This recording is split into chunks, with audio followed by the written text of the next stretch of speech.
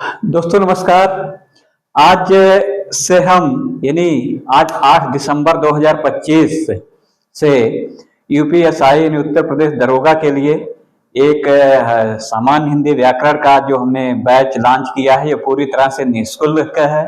और OP golden academy जो channel है यूट्यूब पर, इसको आप सर्च करिए, इसको सब्सक्राइब करिए, लाइक करिए। हिंदी व्याकरण में जो आपके सिलेबस में है यूपीएसआई में, उसको हम पूरा करेंगे। और पूरे तर्क सहित कॉन्सेप्ट वाली क्लास जो होती है, कहाँ क्या दिक्कतें आती हैं, कहाँ से सवाल बनते हैं, सवाल किस प्रकार से बनते हैं और परीक्षाओं में किस प्रकार से यूपीएसआई में सवाल आए हैं, उसी को आधार बना करके और ये हम आपको पूरी तरह से तार्किक और तुलनात्मक अध्ययन पढ़ाएंगे। तो आज पहली क्लास में हम जो स्टार्ट करते हैं हिंदी व्याकरण का जो एकदम बेसिक पार्ट है, मूल पार्ट है, यानी हिंदी वर्णमाला, यहीं से शुरुआत करेंगे। आपके सिलेबस में जो रस छंद अलंकार भी है, साहित्य का पार्ट है और कुछ पुस्तकों के नाम है इसमें और कुछ काव्य हैं, ये सब भी आपको हम कवर करेंगे। लेकिन पहले हिंदी व्याकरण वाला ये जो पार्ट है इसको हम कवर करते हैं। देखिए, हिंदी वर्णमाला में जो आप पढ़ते हैं, एक तो है वर्ण और दूसरी बात है इसमें माला है। यानी इसका जो हुआ कि वर्णों का माला है या वर्णों का समूह है, तो वर्णों के व्यवस्थित या क्रमबद्ध समूह को ही वर्णमाला कहते हैं। ये तो परिभाषा आपको पता ही होगा। अब लेकिन एक बात ध्यान रखिएगा, अगर ये सवाल आए कि वर्ण क्या है, क्योंकि ऑब्जेक्टिव सवाल इसमें ही आएंगे और इसी पे अपने तर्क को आप डेवलप करिए कि किस तरह से, किस टॉपिक से ऑब्जेक्टिव सवाल बन सकते हैं। तो देखिए, अब मान लीजिए कि एक हम परिभाषा आपको देना चाहें कि वर्ण क्या है, तो ये वर्ण जो होता है ये ध्वनियों का लिखित रूप। तो वर्ण क्या है, तो हम कह सकते हैं कि ध्वनियों का लिखित रूप, ध्वनियों का लिखित रूप। तो वर्ण क्या है, तो ध्वनियों का लिखित रूप। यानी जैसे हम बोलते हैं आ ई उ का खा बासा, यानी कोई वर्णमाला जब हम ध्वनि के रूप में बोलते हैं, यानी उसको हम लिखते नहीं हैं, तो वो ध्वनि है, हम उच्चारित कर रहे हैं। लेकिन जब उसको हम लिख देते हैं तो वही वर्ण हो जाता है। तो वर्ण किसे कहते हैं, इसका मतलब ये हुआ कि ध्वनियों के लिखित रूप को वर्ण कहते हैं। तो अगर ये ऑब्जेक्टिव में भी आ जाए कि वर्ण है ध्वनियों का लिखित रूप, तो वही आपका विकल्प सही होगा। अब जैसे मान लीजिए कि आपने बोला आ, यानी आ ह्रस्व आ, या आपने बोला का और आपने बोला खा, या आपने इया बोला। इस तरह से जब आप बोलते हैं, केवल लिखते नहीं हैं, तो वो ध्वनि है। और जब इसको लिपिबद्ध कर देते हैं देवनागरी लिपि में, तो यही वर्ण है। तो वर्ण क्या है, तो एकदम रख लीजिए कि ध्वनियों के लिखित रूप को ही वर्ण कहते हैं। अब सवाल ये आता है कि वर्णमाला किसे कहते हैं। यहां जो आपने पढ़ा, ये वर्णमाला क्या है, तो देखिए वर्णमाला जो है ये जो वर्णों का समूह है यही वर्णमाला है। लेकिन समूह ऐसा नहीं है कि चाहे जो लिख दीजिए, चाहे जिस क्रम में लिखिए, इसका एक निश्चित क्रम होता है। तो ये आपको परिभाषा में लगानी है कि ध्वनियों के क्रमबद्ध या व्यवस्थित रूप को ही हम वर्णमाला कहते हैं जब उसको लिखते हैं। यानी एक परिभाषा इसको देनी हो तो आप ऐसे दे सकते हैं कि वर्णों के व्यवस्थित या क्रमबद्ध समूह को वर्णमाला कहते हैं। ध्वनियों के यानी वर्णों के व्यवस्थित या क्रमबद्ध समूह को ही वर्णमाला कहते। सवाल ये आए कि वर्णमाला किसे कहते हैं, तो उत्तर होगा वर्णों के व्यवस्थित या क्रमबद्ध समूह है। अब सवाल ये उठता है कि इसमें जो वर्णमाला में, हिंदी वर्णमाला में कितने वर्ण होते हैं, तो वर्णों की जो इसमें टोटल संख्या है ये 52 होती है। अब सवाल आए कि हिंदी वर्णमाला में टोटल वर्णों की संख्या कितनी है, तो आपका उत्तर होगा 52।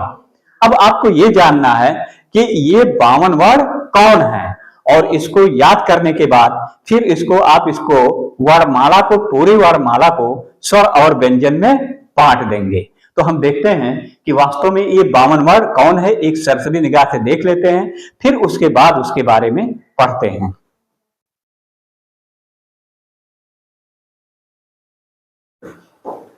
ये आपके जो हिंदी वर्णमाला में 52 वर्ण हैं, और ये 52 है, ये लिस्ट हमने इसको कर दिया लिस्टेड।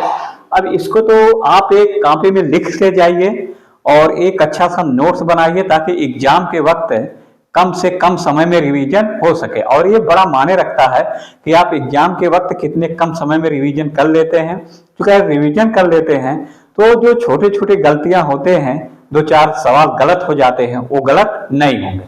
तो देखिए, हिंदी वर्णमाला में कुल 52 वर्ण होते हैं, और इस वर्णमाला को 2 भागों में बांटा गया है। एक को तो हम कहते हैं स्वर, और दूसरे को कहते हैं व्यंजन। तो अगर परिभाषा देनी हो कि स्वर किसे कहते हैं, तो जिन वर्णों का उच्चारण बिना किसी अवरोध के होता है उसे हम स्वर कहते हैं। यानी स्वरों के उच्चारण करने में किसी प्रकार का अवरोध या रुकावट नहीं होता है। और इस स्वरों की संख्या जो होती है ये 11 होती है हिंदी वर्णमाला में। और यहाँ पे ये आपका आ है, ई है, ई, उ, री, ए, ओ, औ। इस तरह से ये 11 आपके स्वर हैं। इसको हम डिटेल पढ़ाएंगे। जब स्वर पढ़ाएंगे तो ये डिटेल पढ़ाएंगे। यहाँ केवल ये हम परिचय करा रहे हैं कि वास्तव में स्वर किसे कहते हैं और स्वरों की संख्या कितनी है।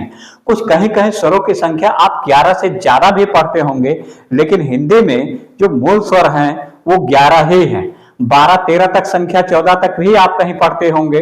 उसको हम बताएंगे कि वो स्वर में क्यों नहीं रखे जाते हैं, उसका क्या कारण है। बहुत पहले रखा गया था उसमें, लेकिन वर्तमान में जो व्याकरण है उसमें उसका प्रयोग नहीं हो रहा है, और विद्वानों द्वारा आज 11 स्वरों को ही मान्यता प्राप्त है। तो स्वर पढ़ाएंगे इसके बाद अभी, तो हम इसका पूरा डिटेल करेंगे और कारण सहित बताएंगे। अब देखिए, व्यंजन किसे कहते हैं, तो व्यंजन की परिभाषा अगर देनी हो तो जिन वर्णों का उच्चारण स्वरों की सहायता से होता है उसे हम व्यंजन कहते हैं। यानी व्यंजन का अगर उच्चारण करना है तो उसमें किसी न किसी स्वर की सहायता जरूर लेनी पड़ेगी। और सवाल ये आए व्यंजनों की संख्या कितनी होती है, तो आपका उत्तर होगा कि जो व्यंजनों की संख्या है ये 33 है। व्यंजनों की संख्या कितनी कुल है? 33 है। अब देखिए, जब आप 11 और 33 को जोड़ते हैं, यानी यहां 11 करिए और यहां 33, और इसको जोड़ते हैं तो ये संख्या 44 ही आती है। तो आपके मन में एक सवाल जरूर आता होगा कि जब हिंदी वर्णमाला में 52 वर्ण है तो ये 44 से क्यों आ रहे हैं। ये तो सवाल है, और सवाल होना भी चाहिए। ये तर्क है, इसमें आपको जरूर सोचना चाहिए।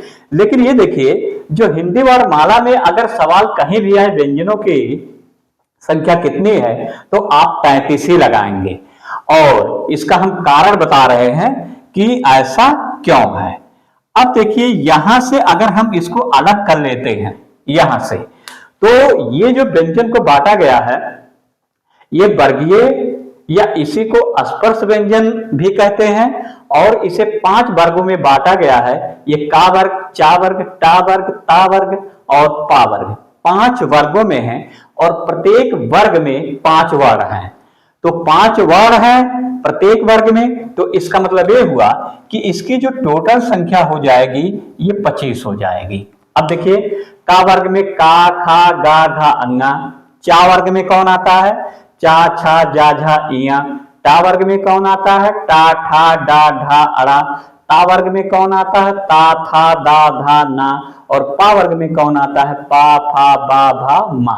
तो 5 इधर और 5 इधर, कुल मिलाकर के ये 25 वर्गीय या स्पर्श व्यंजन हैं। अब देखिए, एक अंतस्थ व्यंजन होता है, इसकी संख्या 4 होती है। और या, रा, ला, वा, यानी इसकी जो संख्या हो गई ये 4 हो गई।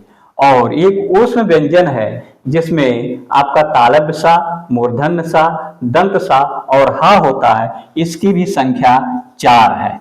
अब जब आप इसे जोड़ेंगे तो ये देखिए 5 4 9 और 4 13 हो गया, 3 और 2 और 1 3, यानी यही 33 व्यंजन मूलतः इसमें है।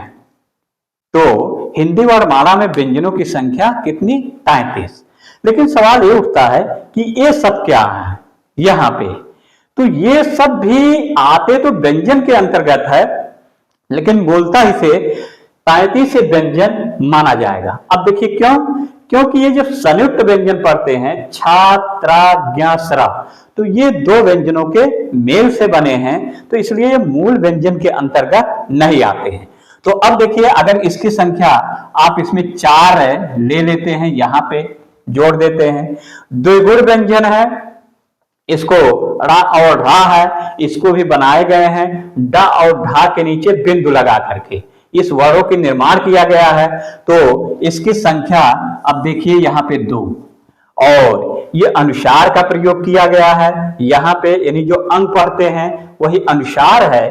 और अनुसार के लिए किसी भी वर्ण पे जो ऊपर बिंदु लगता है उसी को हम अनुसार कहते हैं। तो अनुसार की संख्या कितनी है? 1। और विसर्ग, विसर्ग का मतलब जब ये 2 बिंदु लगाते हैं तो इसी को हम विसर्ग कहते हैं। ये पूरा हम डिटेल में व्यंजन जब पढ़ाएंगे तो बताएंगे, एक एक बारीकियों को क्लियर करेंगे कि क्या कारण है, तो उसमें हम बताएंगे। और इसकी संख्या देखिए भी 1 होती है। अब देखिए यहाँ पे 52 वर्ण है, तो कैसे 52 आए? तो इसका मतलब ये हुआ कि 11 तो आपके स्वर हैं, 33 से व्यंजन हो गए। अब देखिए यहाँ पे जब आप जोड़ते हैं 4 2 6 1 7 और 1 8, 8 मिला के ये और वर्ण हो जाते हैं। तो 8 इसमें जब आप जोड़ते हैं तो यहाँ पे 8 4 12 और 4 1 5, तो यही 52 वर्ण आते हैं। तो ये तो मान लीजिए आप बचपन में पढ़े ही हैं, अब इसको कहने की जरूरत नहीं है, आप इसको याद कर लिए कौन से कौन वर्ग में आएंगे। लेकिन अब एक कंपटीशन में जो सवाल बनेंगे, अब इसके बारे में हम चर्चा करेंगे। तो स्वर और व्यंजन 2 भागों में बांटा गया है। तो पहले हम स्वर के बारे में देखेंगे और उसके बाद फिर व्यंजन।